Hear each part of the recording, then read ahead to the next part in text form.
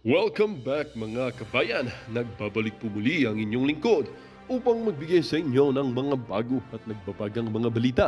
Tila ba naging mainit na usapin ang isyong ito sa mundo ng social media? Sa isang makasaysayang araw ng politika sa bansa na nagpatunay ng kanyang tapang at prinsipyo sa pangalawang Pangulong Sara Duterte sa harap ng bayan.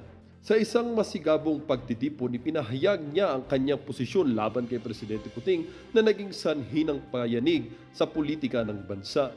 Hindi ako tuta, ito ang malakas na matapang na sigaw ni VP Sara Duterte habang nasa entablado, sabay hagod sa mikropono.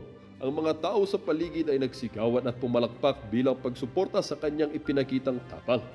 Ayon sa mga saksi, naging tensyonado ang sitwasyon ng si Presidente Kuting ay sumubok na magbigay ng kanyang pahayag, ngunit sa harap ng matatag na tindig ni VP Sara, hindi nakaimik si Presidente Kuting. Tahimik lamang ito at tila nag-iisip ng susunod na hakbang. Ikinagulat ng marami ang pangyayaring ito, lalo na't kilala si VP Sara sa kanyang pagiging matapat at tapat sa kanyang prinsipyo. Marami ang naniniwala na ito ang simula ng isang malaking pagbabago sa pamahalaan kung saan ang mga lider ay hindi natatakot na ipaglaban ang kanilang paniniwala. Panahon na para magising ang bayan at malaman ang katotohanan. Hindi tayo dapat nagpapagamit kaninuman, dagdag pa ni VP Sara sa kanyang pahayag.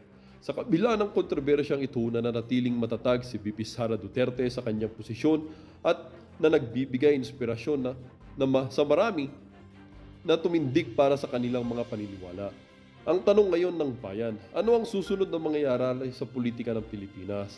Samantala, walang komento si Presidente Kuting matapos ang insidente, abangan ang mga susunod na kabanata sa makukulay na politika ng bansa. Well, para nga sa buong